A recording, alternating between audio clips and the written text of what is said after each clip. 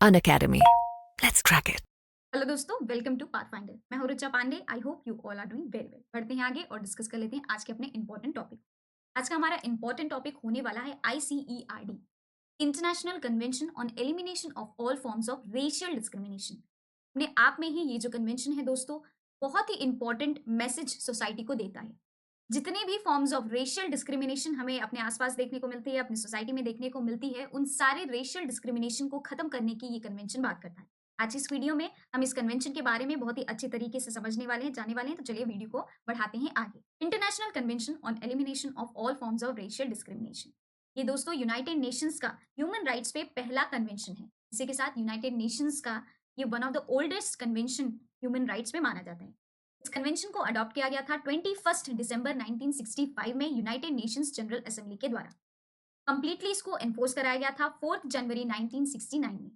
जुलाई 2020 तक आप देखोगे इस कन्वेंशन के 88 सिग्नेटरीज रहे, दैट मींस कि 88 कंट्रीज ने इस कन्वेंशन को साइन किया है और 182 पार्टीज ने इस कन्वेंशन में पार्टिसिपेट किया था।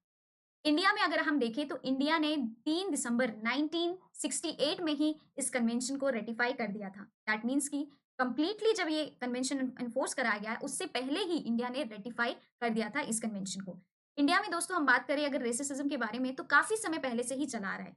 अगर हम देखें जो ब्रिटिश कॉलोनियाँ यहाँ पे एस्टैब्लिश की गई थी, तभी से हमें काफ़ी ज़्यादा रेसिस्ट जो अप्रोच है हमें हमारी इंडियन सोसाइटी की, वो देखने को मिली। ब्रिटिशर्स ने डिवाइड कर दिया इंडिया को, काले, गोरे और ये जो ये ऊपर के स्टेटस के हैं, ये सुपीरियर लोग हैं, ये इंफीरियर लोग हैं। इन सारी चीज़ों में ऑलरेडी इंडिया पहले से ही बटी हुई थी। इस वजह से जब हमारा इंडियन कॉन्स्टिट्यूशन बना, तो उसमें आप देखोगे आर्टिकल्स अगर आप उठा करके पढ़ोगे हमारी जो इक्वालिटी से रिलेटेड है, उनमें स्टार्टिंग से ही बताया जाता है irrespective of caste, creed, colour, race etcetera etcetera. वहीं पे आर्टिकल 17 जो हमारा इंडियन कॉन्स्टिट्यूशन का है, वो कंप्लीटली अबॉलिश करने की बात करता है अनटचेबिलिटी को। तो इंडियन कॉन्स्टिट्यूशन में कई सारे ऐसे हमारे आर्टिकल्स हैं, प्रोविजंस हैं जो कि हमें बताते हैं कि हमें रेसिज्म खत्म करना है, उसके लिए हमें क्या करना है। उसके लिए स्टेट्स को भी बोला गया है कि आप ऐसे जो डॉक्ट्रिन्स है, ऐसे जो प्रैक्टिसेस हैं, उनको बढ़ावा ना दें। तो आइए अब इस कन्वेंशन के बारे में जान लेते हैं कि ये कन्वेंशन क्या बात करता है। जो रेसिस्ट डॉक्ट्रिन्स होते हैं, उनको खत्म करने की यहाँ पे बात की जा रही है कि उनके अगेंस्ट हम कैसे फाइट करें, यहाँ पे उसके बारे में बात की जा रही है। और जो ऐसे रेसिस्ट प्रैक्टिसेस सोसाइटी में होते हैं, उनके अगेंस्ट फाइट करने के लिए ये कन्वेंशन लाया गया है। और इसके साथ ही बोला जा रहा है कि प्रमोट किया जाए, एक अंडरस्टैंडिंग जो है लोगों के बीच में लाया जाए between the races and to build an international community. और हम इंटरनेशनल कम्युनिटी एक बनाए जो कि फ्री हो from all forms of racial segregation and racial discrimination. ऐसी हम सोसाइटी में रहें जहां पे रेशियल सेग्रीगेशन ना देखने को हमें मिले और रेशियल डिस्क्रिमिनेशन उस सोसाइटी में ना हो। तो हमें ऐसी सोसाइटी बनानी है जो कि इंटरनेशनल कम्युनिटी के तौर पे देखी जाए। तो इन सारी चीजों के बारे में बात करता है ये कन्वेंशन। आगे बढ़ते हैं। इस कन्वेंशन में दोस्तों आर्टिकल 1 जो है, बात करता है रेशियल डिस्क्रिमिनेशन के बारे में, कि हम जो बात कर रहे हैं कि क्या रेशियल डिस्क्रिमिनेशन में क्या-क्या चीज़ें आती हैं। तो आइए इसके बारे में जान लेते हैं। Racial discrimination means any distinction, कोई भी भेदभाव, एक्सक्लूजन, रिस्ट्रिक्शन और प्रेफरेंस बेस्ड ऑन रेस। अगर आप डिस्टिंक्शन कर रहे हैं, एक्सक्लूजन कर रहे हैं, रिस्ट्रिक्शन या फिर प्रेफरेंस दे रहे हैं रेस के बेसिस पे, कलर के बेसिस पे, डिसेंट के बेसिस पे या फिर नेशनल और एथनिक ओरिजिन के बेसिस पे, विच हैज द पर्पस और इफेक्ट टू नलिफाई और इम्पेयरिंग द रिकॉग्निशन, एंजॉयमेंट और exercise on equal footing of human rights. तो अगर आप ऐसी चीजें कर रहे हैं जिसके की वजह से एक इंसान की, एक इंडिविजुअल की जो इंजॉयमेंट है या फिर उसको रिकॉग्नाइज करने की जो बात होती है, उसको वो एक तरीके से इम्पेयर कर रहा हो, या फिर ऐसी कोई एक्सरसाइज है जो कि इक्वल फूटिंग पे उसको ना ट्रीट कर रही हो और जिससे उसका ह्यूमन राइट्स का वायलेशन हो, तो उसको हम रेशियल डिस्क्रिमिनेशन में लाएंगे।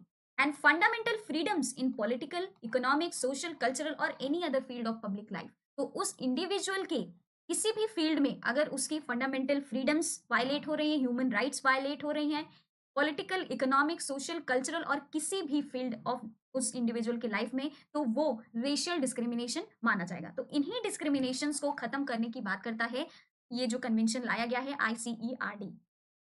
अब हम दोस्तों बात करेंगे यूनाइटेड नेशंस ने इंटरनेशनल लेवल पे कौन से ऐसे इंसिडेंसेस को रिकॉग्नाइज किया, कौन सी ऐसी चीजें उन्होंने देखी इंटरनेशनल लेवल पे, जिसके की बात से उनको ये जरूरत लगी, उनको ये रियलाइजेशन हुआ कि हमें रेशियल डिस्क्रिमिनेशन के खिलाफ फाइट करना है और उसके लिए हमें एक कन्वेंशन लाना बहुत ही ज्यादा सख्त से सख्त जरूरत पड़ेगी। तो आप देखोगे कि 1960s के अराउंड ज्यूज के खिलाफ दुनिया भर के अलग अलग कोनों में बहुत डिस्क्रिमिनेशन इनके खिलाफ देखने को मिले। ज्यूस के साथ अनफेयर ट्रीटमेंट होने लगी और इसी ने जन्म दिया एंटी सेमिटिज्म के कॉन्सेप्ट को, जिसमें कि आप देखोगे ज्यूस जो होते हैं उनके खिलाफ जो अनफेयर ट्रीटमेंट किए जाते हैं, उनके खिलाफ रेशियल डिस्क्रिमिनेशंस जो हमें देखने को मिलते हैं, रिलीजन के बेसिस पे उनके साथ डिस्क्रिमिनेशन किया जाता है, नेशनल हेट्रेड जो देखने को हमें मिलते हैं, तो ये सारी जो चीजें हैं एंटी सेमिटिज्म में आपको देखने को मिलेंगी। तो इसी के बाद दोस्तों ये जो चीज़ें हैं कुछ ज़्यादा ही होने लगी इंटरनेशनल लेवल पे और उसके के बाद यूनाइटेड नेशंस एक्शन में आती है, वो रिज़ोल्यूशन एक अपना फॉर्म करती है, जिसके के बाद वो 1965 में इस कन्वेंशन को अडॉप्ट करती है। और जितने भी मैनिफेस्टेशंस हैं, प्रैक्टिसेस हैं, रेस से रिलेटेड, रिलीजन से रिलेटेड, नेशनल हेट्रेड जो है हमें देखने को मिलते हैं, इन सारी चीज़ों को रोकने की इस कन्वेंशन में बात की गई है। इंटरनेशनल लेवल पे एक और रेशियल डिस्क्रिमिनेशन हमें देखने को मिलेगा, जिसका कि नाम है अपर्थेड। इसके बारे में आपने सुना भी होगा और इवन आपने एनसीईआरटी की बुक में पढ़ा भी होगा, जिसमें कि आप देखोगे कि नेल्सन मंडेला जो कि साउथ अफ्रीका के फर्स्ट ब्लैक प्रेसिडेंट बने थे, उन्होंने अपर्थेड काफ़ी ज़्यादा झेला है और इसी के खिलाफ वो फाइट कर रहे थे और 1994 में दोस्तों इसको प्रॉपरली अबॉलिश किया गया जब नेल्सन मंडेला साउथ अफ्रीका के फर्स्ट ब्लैक प्रेसिडेंट बने। तो ये भी एक तरीके का रेशियल डिस्क्रिमिनेशन है जो कि साउथ अफ्रीका में ब्लैक जो लोग थे उनको फेस करने को मिल रहा था। Even all around the world में साउथ अफ्रीका के जो लोग जाते थे उनको फेस करने को मिल रहा था। ऐसे ही ज्यूज 1960s में उनको फेस करने को मिल रहा था ये रेशियल डिस्क्रिमिनेशन और इसी के बाद आप देखोगे कि इस चीज को रोकने के लिए ये कन्वेंशन लाया गया। चलिए अब बढ़ते हैं आगे। आगे बढ़ने से पहले मैं आप सबको बता दूं कि हमारे जो एक्सक्लूसिव कंटेंट हम आपके लिए प्रिपेयर करते हैं, अब आप हमारे स्पेशल कोड के साथ उसको एक्सेस कर सकते हो। RP10 यूज करिए, फ्लैट 35% का ऑफ पाइए और ये जो कंटेंट हम आपके लिए प्रिपेयर करते हैं इसको एक्सेस कर लीजिए। प्रयागराज में हम हमारे ऑफलाइन सेंटर में एडमिशन्स ऑलरेडी स्टार्ट हो चुके हैं दोस्तों।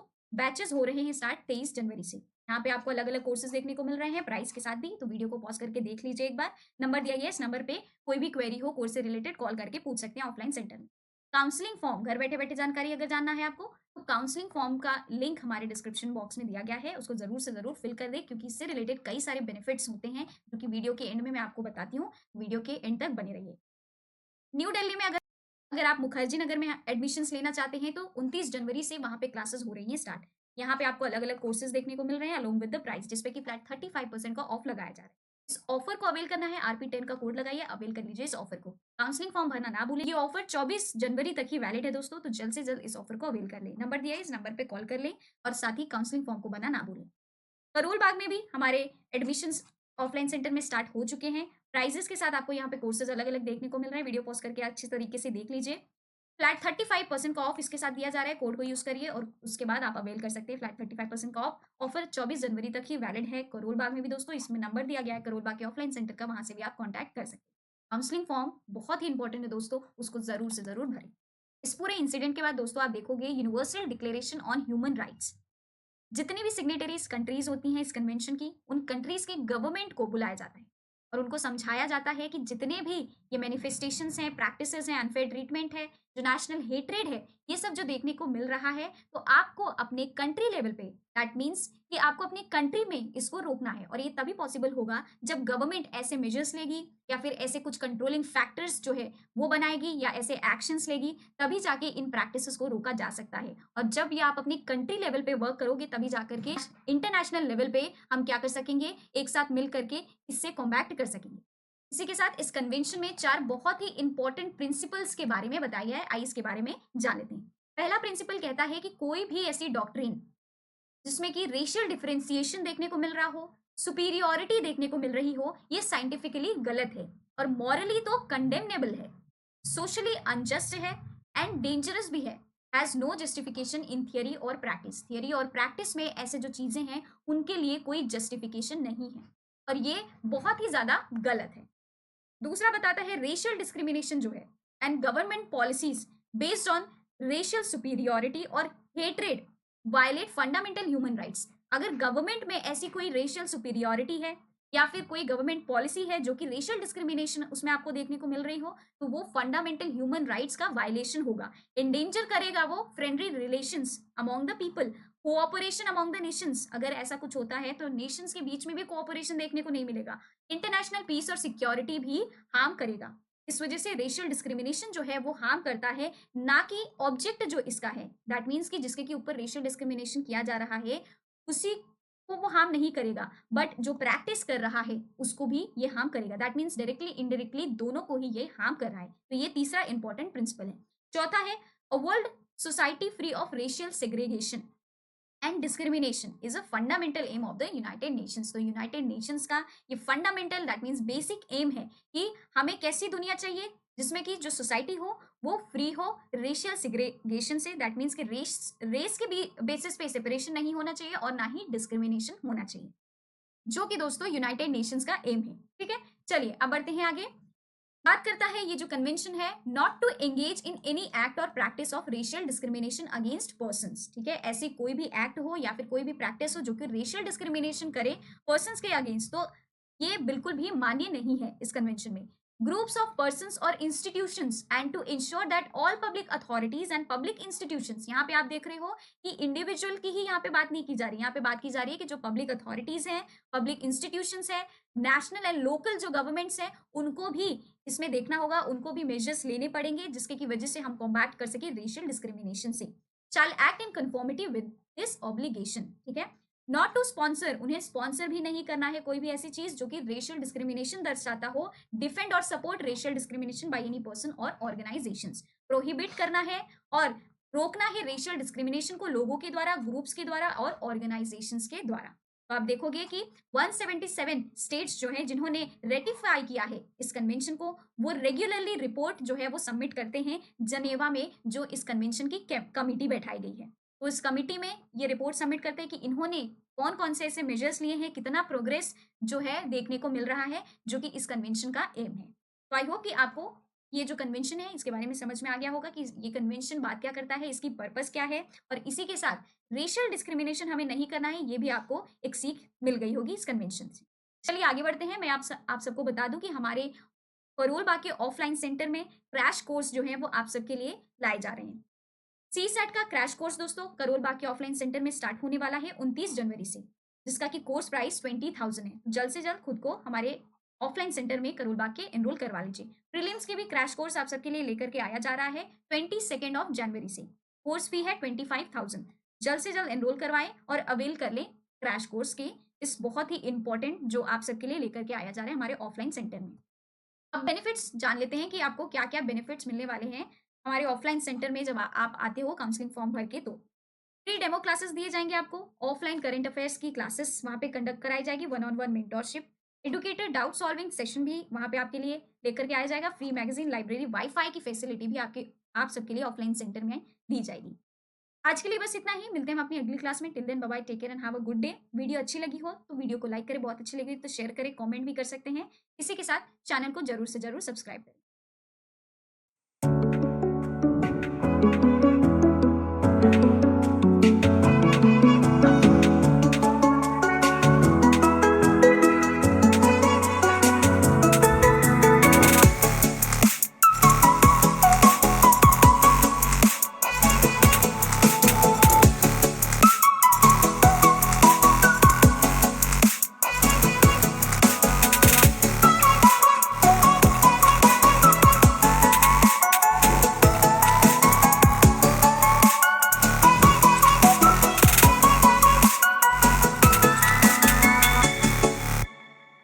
An academy. Let's crack it.